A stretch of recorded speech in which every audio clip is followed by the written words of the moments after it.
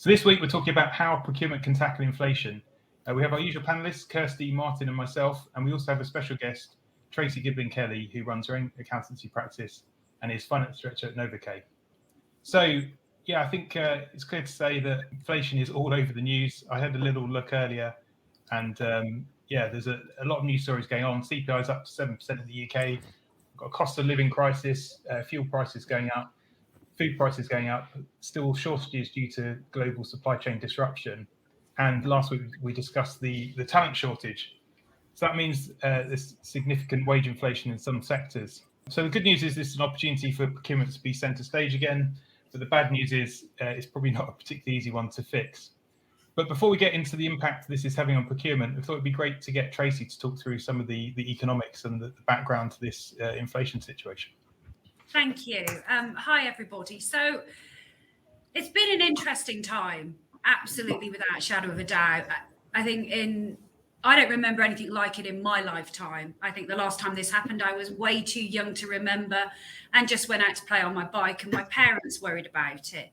But when the Chancellor stood up for the spring statement, he announced that inflation was likely to get to 7.2% later this year. I'm sure you've all heard, just back in March a few weeks ago, the Bank of England revised that and said, actually, we're going to probably be nearer 8% in the coming weeks. And it's probably going to increase even further as we go throughout the year.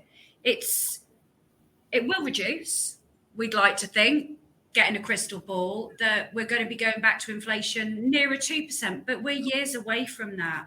And the price increases we're seeing that are soaring, some of them are going to stay. We are going to be stuck with these price increases for years to come. Some of them are never going to come back down.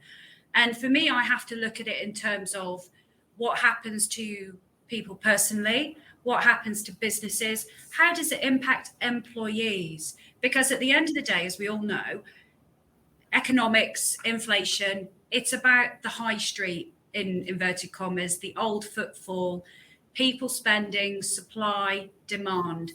When supply is high and demand is low, obviously the prices aren't impacted. So right now what we're seeing is prices going up massively, not only through a supply shortage because of the demand, but also because of the impact of some of the crazy things that we've been through in the last few years. So why are we sat here today? What is going on? COVID. And generally everybody goes, everything's blamed on COVID. But what was it about COVID that has contributed towards this situation? Well, it's basically because during that time, most of the manufacturing was slowed down. It ceased. And we are so dependent upon what comes out of the East that we are in a position whereby we don't have the supply coming into the country. We've got demand post-COVID. So all of that production dropped down, supply's back high, there's a gap. It drives the prices up. We then have obviously what is happening with the oil and gas prices. And that was happening pre-Ukraine. And why was that happening? It was all because manufacturing was starting again. It was starting to increase the demand. Even during COVID, I was speaking with clients who work in a medical field and needed to make a bench to conduct treatment within various labs. They couldn't get the raw materials because they're just not in demand. They're available because the demand wasn't there in COVID. They used up everything that was sat in store pile and in warehouses. So where are we going now? Well, it is inevitable in autumn. Consumer price energy caps are going to go through the roof. We're going to be hit. So people are going to have less money in their pocket. They're going to have less to spend. So if businesses continue to increase their prices, at some point, demand is going to drop off and businesses are going to get squeezed. So we have to monitor pricing. We have to monitor spending for the consumer so that a business can still operate.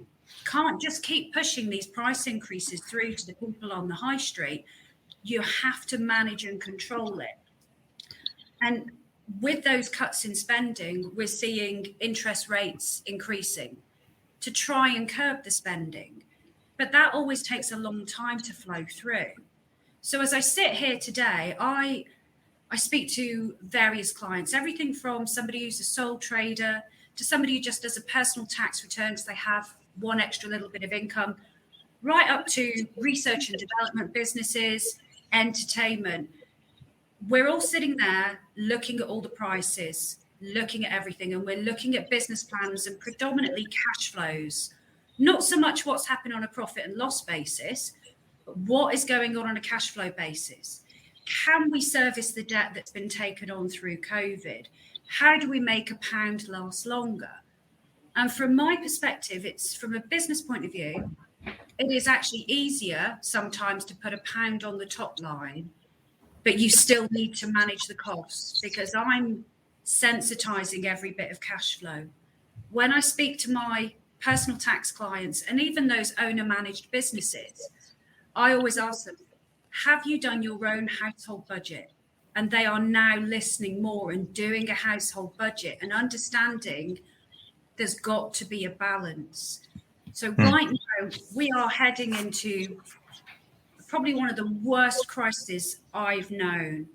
And we have to address what's happening whilst maintaining our personal sanity and protecting our businesses by accepting some margin erosion, but not being stuck going forward with these continued price increases. And for me, that's where procurement have a critical role to work alongside finance, because that then protects the company.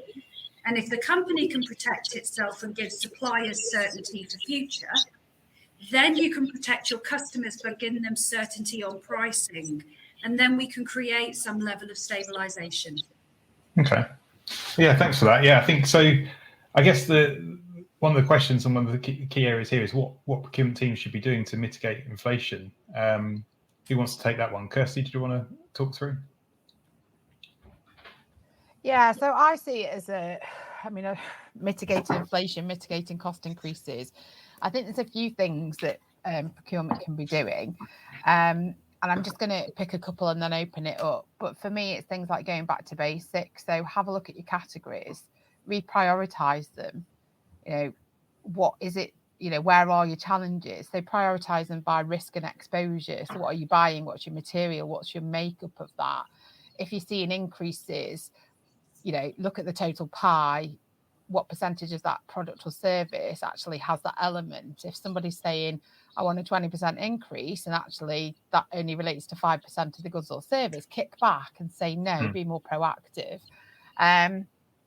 Quick action, send messages out, quick RFPs, some quick sourcing activity. Just think differently, think outside the box. I've got quite a few others, but I think it's about, this is where we can step into our agility and flexibility as procurement function now and start to work differently. Really interesting that Tracey said there, work with finance. I think it's pivotal in this. And it's not just finance, it's everybody, your production teams, operation planning. It's the whole lot. It's got to be a joint enterprise. Yeah. Interested. Sorry, can I ask a question on that, Kirsty, from what you said? And one of the things I was thinking about from a finance perspective and also holistically, strategically looking is that, yes, we need to categorize our spend, categorize the suppliers, but it's a really interesting time to actually, and this is the finance person, I'm not looking for the cheapest, I'm looking for what sits longer term with the organization. But it's time to evaluate, is it not, the suppliers that are being used. If we're having massive costs for shipping, can we not start addressing sustainability by having suppliers more local and closer to home to support our own ecosystem economy locally? Yeah, absolutely. Yeah. I mean, there's lots of things there to unpick. So definitely the global local conversation has to happen in times like this. Sustainability, yes, because that's about the long term. I think it's things like revisiting your contracts. So what have you got in a contract with a supplier? And if you're not extracting the full value out of that contract, i.e. there's value add in there that can mitigate some of that increase, so you can get a benefit over here, that's something that we should be doing more and more. it's one of my pet peeves when we do contracts and we never revisit them, and we've left because we've gone into this hard negotiation and we've put so much into it and we've got so much value out of it, and then we hand it over to the operational owner and we never look at it again. But in times like this where we could get more value, we could get additional services, additional help, that's really important too. But definitely it's all of that stuff. There's no rules in this scenario. This is a make or break kind of operation. Where do we want to be? Is our goal to be here? Is this business still going to be here in 3 and 5 years' time? How are we going to ride this wave? Because like you've just said, it's not likely to come back down anytime soon. So this isn't a April 2022 problem. This is a 1 to 3 year plan problem. This is a much broader conversation. And it can't, like, I say this again, it's not about let's get a pence off this and a penny off this component. That conversation, it just isn't for this particular scenario. No, I think I was just going to say, I think also it comes down to the communication and setting expectations internally within the business. I think more than ever, certainly we've seen it, that sort of cross-functional communication from procurement into ops, into supply chain, and obviously outwardly bound to the suppliers as well. I think that's more important than it's ever been. And I think, managing that really upfront, ensuring there's a clear process. I agree with you around the local sourcing. We're seeing a lot more of that in supply chain at the moment. That's definitely a tool that's being utilized within businesses. But I think my view on that, and you guys are the practitioners on this, but I think it's also around procurement to be managing or looking at sort of price stability and supplier stability as well. I think it's their role. It should be our role and the role of procurement to try and get that. I know that's not a quick fix in all businesses. Depends on the sector, depends on the complexity of your supply chain. But I think trying to find that that kind of price stability and supply stability is something that I know a lot of CPOs that I talk to are trying to do at the moment and navigate their way around that. I think I want to agree with what you said, Kirsty, in terms of the suppliers, understanding stakeholders. Obviously, working with finance is absolutely critical at the moment, and we've had a nice day session talking about finance stuff. But the supplier piece is pretty critical, and obviously acknowledging that every business is being squeezed at the moment. Every business has to buy stuff. Every business has to sell stuff. So having that dialogue, having that ongoing discussion with suppliers about how is it impacting you? What are you doing differently? Are you looking to automate? Are you looking to drive efficiencies? How can we work together? How can you help us? How can we help you? More collaboration. And I think now is the time for contract management. Now is the time for supplier relationship management. Like you say, Martin, more than ever, this is when we have to focus on those relationships and communication. Totally. And I think that's definitely one of the reasons why, Kirsty, as you said, when you're categorizing the supply base, looking at who are your more strategic suppliers, doing more work with those guys in order to review the sort of specifications, review how the provision of services from their side, and look at, as you say, opportunities to engineer that in a different way. Really, there's a lot of things that probably haven't been challenged for quite a long time, although saying that COVID was probably one time where we did go around and challenge quite a lot. But if there's anything out there that's still difficult for the organisation to accept a different level of service, then this is definitely the time to be reviewing that, because we need to work differently and more smartly in order to sort of get through this. Do you think this is a time for increased collaboration? So we've always talked about people collaborating, but organizations, maybe competitors, maybe just organizations that you have within your supply chain, but working together to find out, look, can we leverage our spend? Can we do things differently? Doing more supplier days, but doing them not on your own, doing them with other organizations, in a more collaborative way. I saw a note from Jason, obviously on the supply diversity piece, but is this a time then to also consider working with completely different kinds of organizations, like we said, local, but ones that are more innovative, maybe more agile, that can bring something else different to market, that can maybe help you pivot a little bit so that you can help address some of those issues when it comes to price inflation. So, yeah, definitely. Yeah, I'm always a big fan of innovation. So, I think, working with different suppliers, definitely suppliers with lower cost base are obviously, they're in a better position to weather this. Other firms with larger cost bases, they've got more inputs they need to be working with there. So I think are we seeing it? from a finance perspective, obviously looking at squeezing margins, finance isn't always, as I said earlier, about the cheapest. It isn't always about, because at the end of the day, we're the ones who have to sit in front of potentially the board, the auditors, and say, yes, the business has longevity. Yes, there is going concern. Yes, we have uninterrupted supply. So yes, it's about getting a good deal, but procurement, I would want them to say, hey, Tracey, these are the deal. This is where we stand with the contracts. These are the price rises. Here you go. I know it's not what you want, but now you've got something you can manage. So I've got no surprises. But then I want to know there is that uninterrupted supply of a good or a service coming through the company so that I can sit with confidence and go, we can achieve those sales. Because if we've just got cost in and something happens with supply, can't deliver, I can't get cash in, working capital, I'm having a different conversation with the auditors. So procurement don't just need to squeeze the margins. It is much, much bigger than that from a finance perspective. And the worst thing that finance people do not like surprises. So even if it's bad news, tell us it's bad news. We may throw our toys out the pram, but we can then go away and manage it and figure out what we're going to do. How would you recommend procurement gets involved in budgeting, the budgeting period, forecasting? Oh God, finance. Absolutely. It's absolutely critical. What we need to know is, what are the critical supplies that we must not have interrupted? Don't worry about necessarily legal, but for those critical product purchases or critical service, because what we'll do is we will sit with the heads of departments and we'll ask them what they're going to spend. We'll look at what they've spent year on year, look at trends. But I don't want to be going to get quotes. I want procurement to go out and do it. If we're saying that piece of work to upgrade an IT system, oh, we reckon 20,000.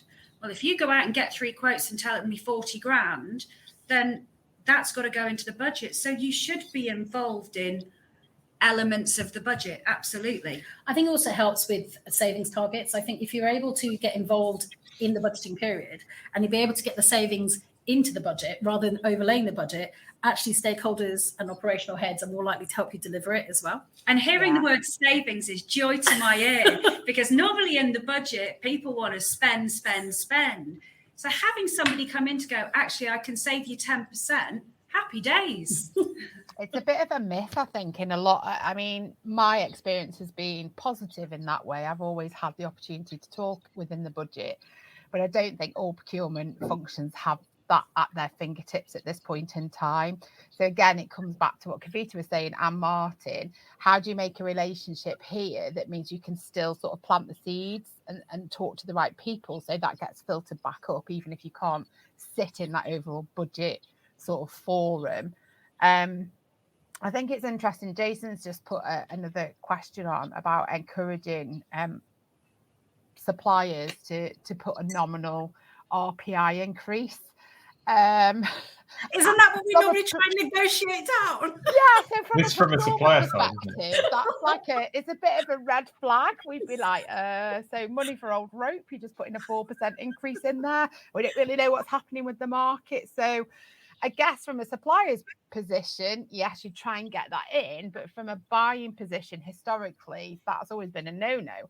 Now, I guess, if we're going to forecast out that we're going to be at 6% possibly for the next 3 years, that's a different conversation. But maybe that's where transparency kicks in. Yeah, definitely. I don't agree with that clause, because I agree with it if you're purchasing a product that has significant raw materials, that is going to have delivery, so therefore there will need to be packaging, there'll be oil and gas utilised. But why on earth am I going to say to the company auditors, that's fine, you can increase my cost by 7%? It's like, hold on a minute, you're doing 90% of it virtually. You can't use that clause, because sometimes the provision of a service is very different to the provision of a product.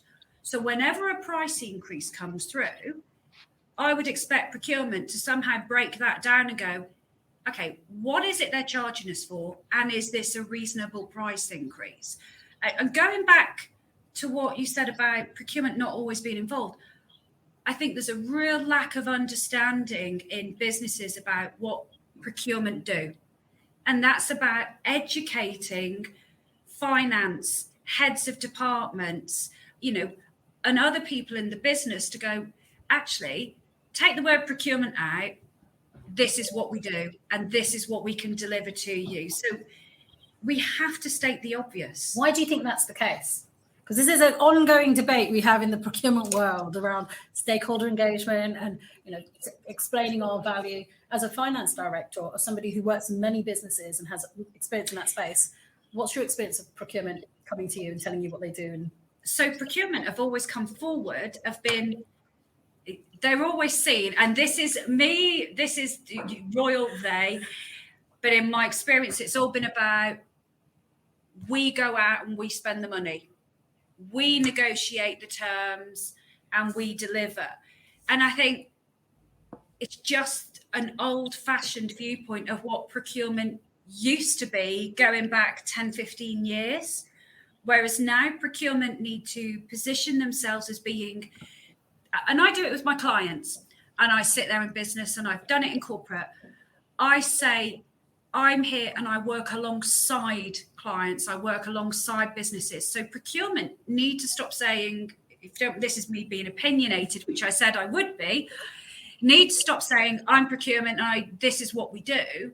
Procurement come in and you are a partner, a business partner. You work alongside them to help them achieve their goals. And if you can educate in that way and talk about being a partner working alongside, you're going to get the buy-in from FDs, heads of departments, and those who don't understand what procurement truly is. It's changing your wording and how you engage with the people, and then saying to them, let me come to a meeting, or this is how I can help, or giving them tips. And it's about building trust, and it's about building a relationship for someone to know that you're not going to go in and take over negotiations, because ultimately that's what people are frightened of.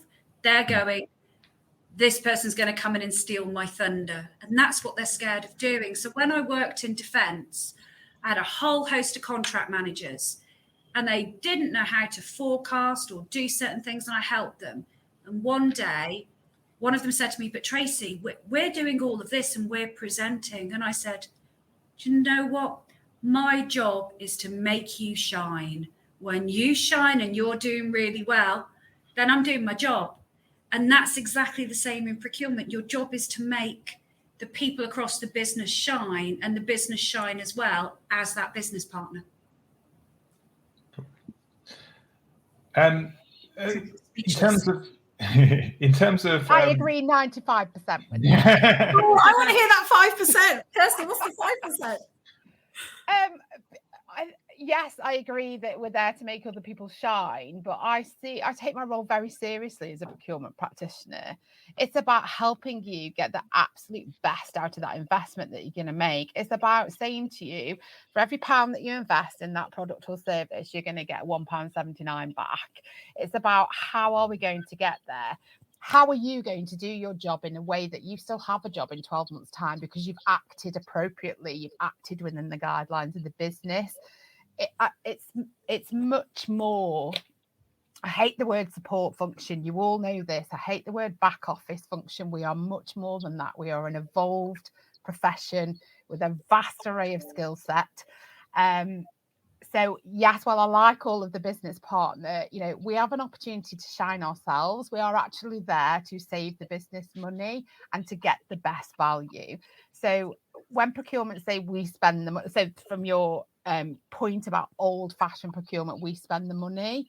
Well, that money's not yours, procurement. It's not your budget. It's not for procurement to go and spend anybody's money, because that's not your budget. What it is for you to do is go and give some counsel, and to give some guidance, and to give some alternatives, and to show you that there are maybe 4 ways of doing something instead of your very tunnel visioned one way, because as an engineering manager or an ops director, you've always done things in one way. So I still say our role is like I see us as facilitators. That's what we do. We join the dots across the business. So yes, letting people shine, but also showing people there's a different way of doing things.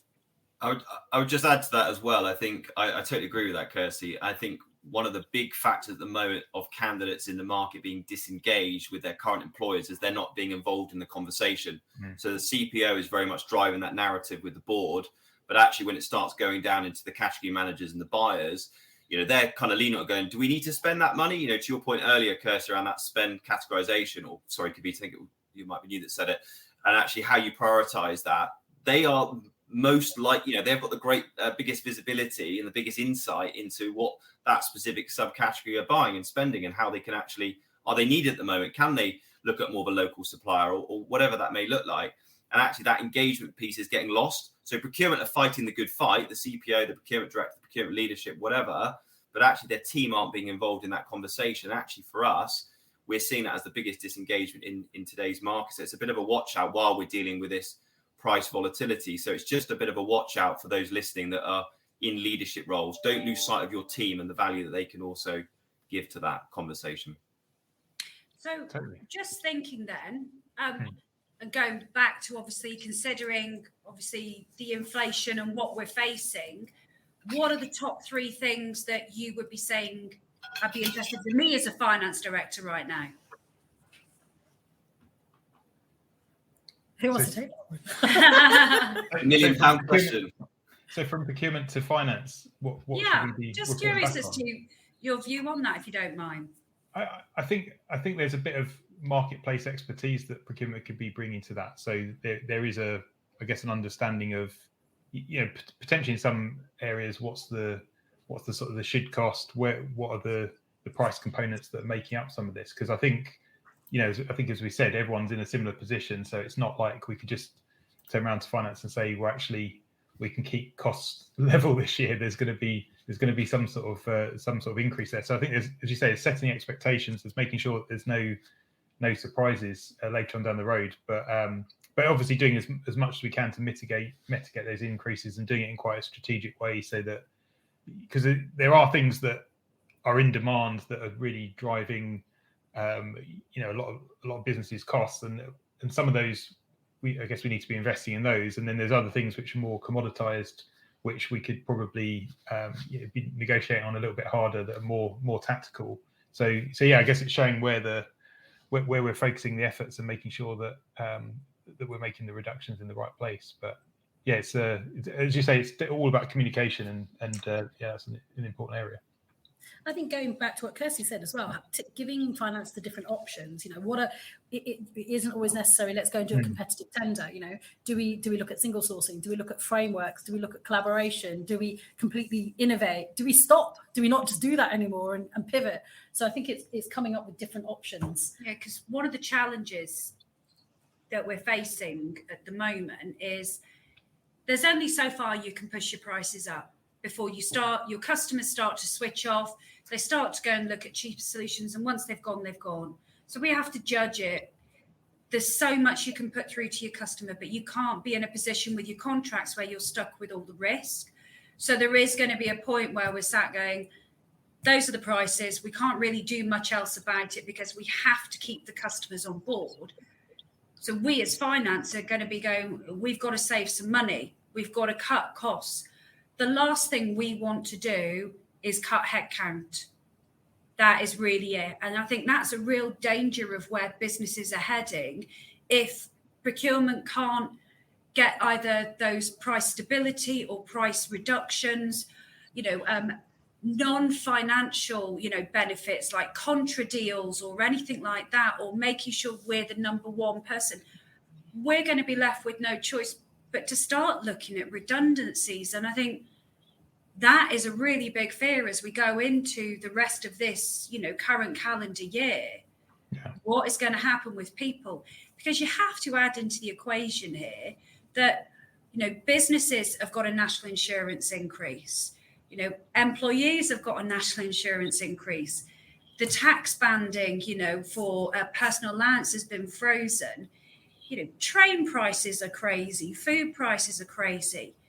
at some point, something has to give. And businesses as well, those who've got their own buildings, they don't have a price cap because the price cap only protects the consumer.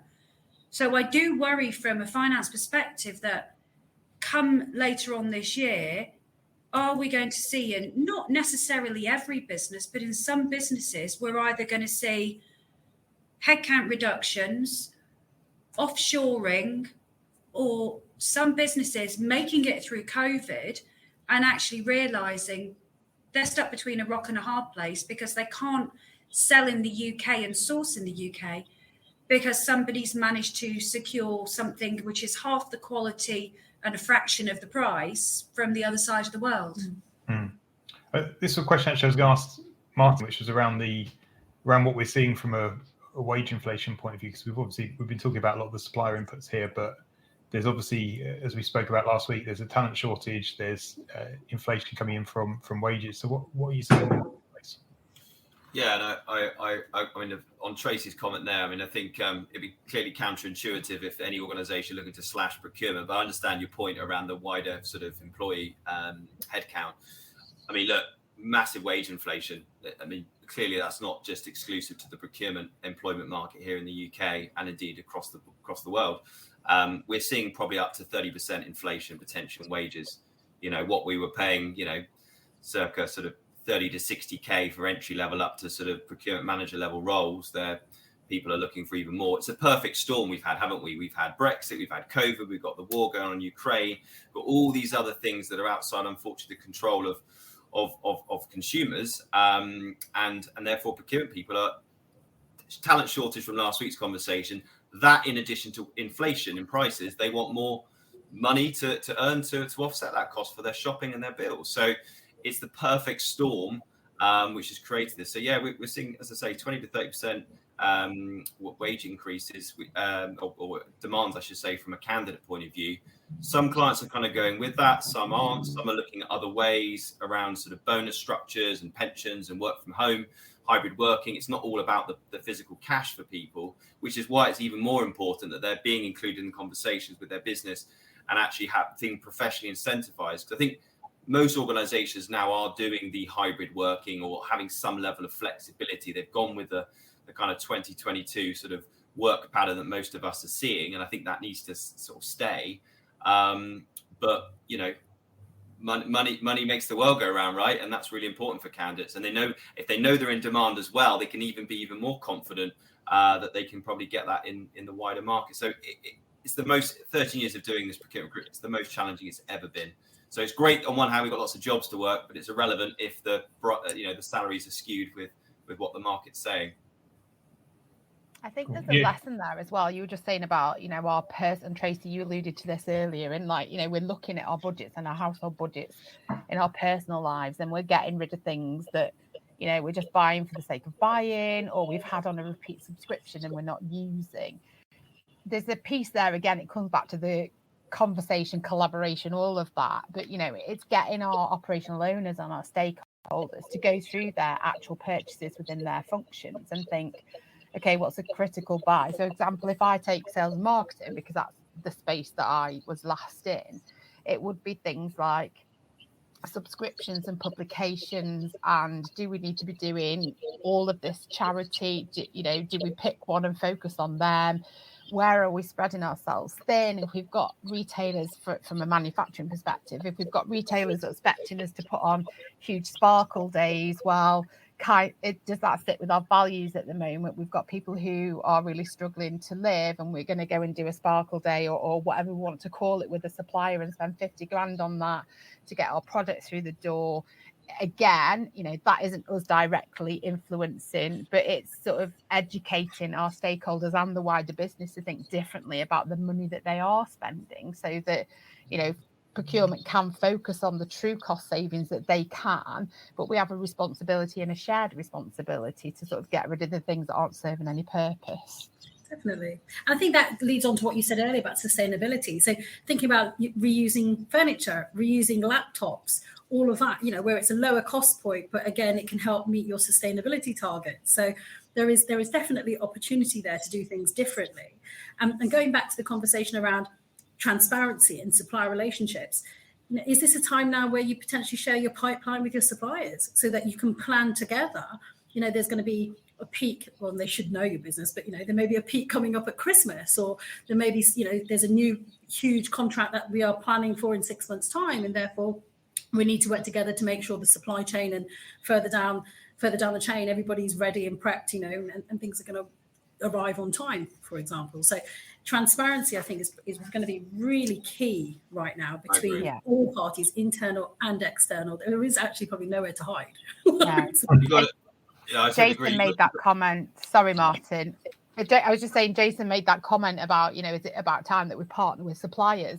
Well, we kind of already should have been doing that, because the reality is it needs to be a win-win situation. If you're not in business, then I'm not in business, because I'm buying something from you that helps me create a product or a service.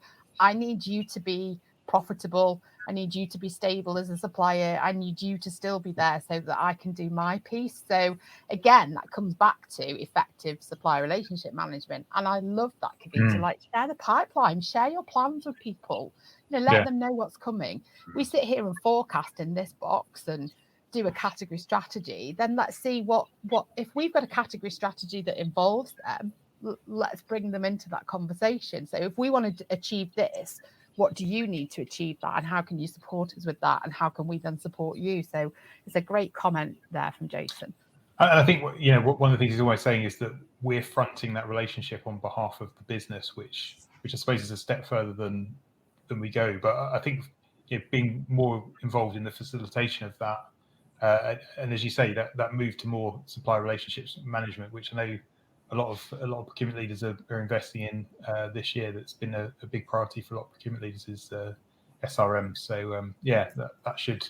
But also data, Rich. I think we've always talked about data and the value of data, but I don't think data's been more important than. I mean, it's always important, but it's so critical right now to have good data, and be able to analyze it and scrutinize it, but not just as procurement, going wider. Spend data may not be that exciting for other parties, but if you can get that time with operational leads and heads and show them not just what's happening in their category, but what the impact is in other categories and spaces as well, giving them that market knowledge, giving that information may help them make some critical decisions, going back to what you said, Kirsty, about what's a priority, what isn't a priority, so that when they're innovating, they're putting their products together, they're looking to the future, that they have all of these considerations at the same time, and utilize that internal knowledge and expertise, which is hopefully something that we would bring as a procurement team, and not just relying upon the suppliers as well. You see, I sit here and I listen to this as a finance director, and I wish I'd heard those 10, 15 years ago, sat in various corporate companies that sat there thinking, there is somebody who understands the analysis that I need from all of the data we've got in the finance systems, who can break it down, who can challenge the figures that are coming from the head of production about what he needs to spend. But that knowledge just isn't there. But the way you've just put that forward and what's been said today, it just goes to show to me, this is where you can add value to finance. Because right now what happens is, an FD sits there and it ultimately ends up down to the person who operates the purchase ledger to figure out how to download some data from various accounting systems and look at it in terms of what was categorized into legal, how much would we spend on DHL or various bits. But it's done from a finance perspective, from a finance system, not from a step back strategic buying perspective. So having FDs educated into what you can do for them to help them go forward, I think would be invaluable. And sometimes it is that state the obvious, and the FDs are the people where those questions and conversations really need to happen, because I've actually been enlightened today. So thank you. Can I just make a point on supplier engagement? Because you guys obviously come this from a practitioner point of view, and what you're saying is great, and the ideology behind that is fantastic. But commenting from a supplier point of view, from someone that's obviously recruitment agencies fall under the HR category, we are still being driven by cost. And procurement community, just throwing it out there, are still asking us, hey, we've got all these jobs for you. Well, hammer your price down, but here's the volume of work. And it's not about that. And we've got to be really careful. I was reading an article today. I won't mention the consultancy that referenced this. I'll read you part of the quote that says suppliers will want to suppliers will want to survive, so businesses will look at that balance to negotiate with them now on that price. Really dangerous language, proper old school purchasing language. And I think we need to be really careful that we don't go down the route of we'll keep you engaged as a supplier, but we're going to drive down your cost 5 to 10%. To Kavita's point earlier, those real critical suppliers, and using that data behind it to know who your critical suppliers are, you should be working really close to them. I agree with your point around transparency, but actually for the flip side, for us, we're still seeing it as we'll give you some jobs to work, but we're going to hammer you down on 10% on your price. We're still seeing that all the time. But hey, you've got jobs to work. And it's a really relevant point. No, 100% agree with you. And I think this is what's going to be really interesting over the coming years is we're seeing more and more procurement tech being driven around AI and machine learning. So data's coming, it's saying, these suppliers are much cheaper than these suppliers, and therefore we need to go down this route or whatever. But actually, this human interaction, this relationship piece is going to be critical to really driving down costs. Yeah. It's not just going to be around the data, because you need to understand what's driving the cost increase and reduction in a business. And that's only going to happen when you speak to people. And I think that's what's going to be really interesting to see which organizations really adopt, AI or machine learning end to end, and which organizations choose to just have it as part of their toolkit. And understand their pressures as well, because we're all business owners. We've all had our price increases on our office space and our staff and tech costs, etc. So we're feeling that pain as well. And I think engaging with our suppliers and asking them, how are you? What's the pain pressures for you personally? Just allows you to collaborate a lot more with them. And, I think they'll really see the value from that, which I think we've all made that point today. Are you still hearing a lot of people talking about, you're our tier 2 preferred supplier, or we'll put you on our preferred supplier list if you go down to these rates? Is that something that you're still hearing lots of noise on? Absolutely. Yeah, all the time. It's the dangle the carrot to say, but we'll be engaged on the PSL. What does that mean? It means you're on a standardized rate, high payment term, not really good payment terms, rebates, etc. So the commercials aren't there.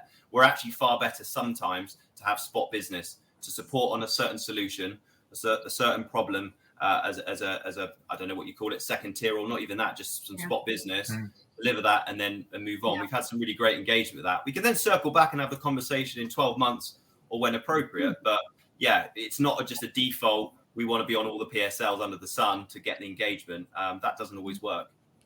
Interestingly as well, I think PSLs work, but I think they're quite category specific. So I think it depends what area you're in. And I think in the professional services space, which is where you would sit, Martin, from a buying perspective, I've not really seen successful PSLs because there's too much of a human element to what you're delivering. So it's very hard to quantify some of the service. So there has to be agility there. They're absolutely, and they can't be fixed. Nothing's fixed. And I think the more agility there is in PSLs, the better. I agree. And this goes back to diversity and supply chain and all of that great stuff. One of the things as well from finance that we're also struggling with, and I've got it with a number of clients at the moment, is trying to buy product from new suppliers, even though you've got a good you've got a good credit history, from a business perspective, you've got, suppliers who will give you references. You've then got these businesses who have you hanging because you're dependent upon absolutely something critical they can provide. And every time you order something for £200, here's a pro forma, and it is one of my biggest bugbearers that we just need maybe a £5,000 credit limit to buy these small antigens needed for experiments that need to be ordered, that need to be in the lab so experiments aren't ruined. And yet they will not seem to budge on it. And from a finance perspective, it's frustrating, it's more work. But then also if I flip into sort of standing further up and looking at how the business is protected, I'm worried if they won't budge from a pro forma, how do I know that they're not in some kind of financial trouble? And I think this whole pro forma basis from suppliers really sets the wrong scene with companies. And I'm just curious as to your experience of that, because I think we might see more companies go down this route to get working capital into the business to cope with these price increases. It's a good point. Yeah, and we're seeing that. I think they need to be more agile with that. It's not. I think it's lazy actually when they're doing that approach. Is my opinion. What shows they've got too much volume of work to do, so they're just doing the tick box, and you all get sent to standardise. That's my view. That's how I'm seeing it. Maybe I'm looking at it a bit simplistic, but. So you're looking at it from your perspective, Martin, and that's all we can ask for. We're at time. There was one question we didn't get round to, which I just wanted to ask. This was for Martin specifically. Are you seeing new strategic procurement roles which are focused on category management and cost saving, or are they process-driven fulfilling purchase requests? So is it more strategic procurement or? Well, I hope it's the former, not the latter. I mean, yeah, certainly a lot more roles are strategic category management. I think we've shifted a little bit away from being specific category experience, in certain areas. I think IT and marketing, which we talked about last week, there's a bit of a nuance there that you sometimes need that technical knowledge. But I think generally speaking, cost savings should be a given. If you're hiring into a procurement team, they should have had a background of an experience of delivering cost savings. I think we just take that as a bit of a given now. But I think it's much more around, do you understand the ESG agenda? Are you showing innovation with your suppliers and what you're doing? Have you got agility to work across different categories? We're always encouraging that. I know something, Kavita, we spoke about before. So I think they're the metrics there. But yeah, most job specs now we read are showing that strategic procurement. I think that process-driven sort of purchase order type requests is outdated, and there's very few businesses now, to be fair, in the UK that are having that approach. Great. Okay, well, that was a brilliant conversation. Thanks to everyone. Thanks to Tracey, special guest, for joining us. Really appreciate your insight. And I don't know, is anyone at the Procurement and Supply event this week? Virtually. We're there. I'm there in person. See you tomorrow for drinks, Rich. Well, I'll come for the drinks tomorrow, but yeah, I'm there on Thursday specifically. Amazing. Cool. I'll be there virtually. Enjoy. Great. Thanks everyone for joining. Do like and share, and join us next time for another procurement conversation. Thanks everyone. Thank you. Thanks. Bye.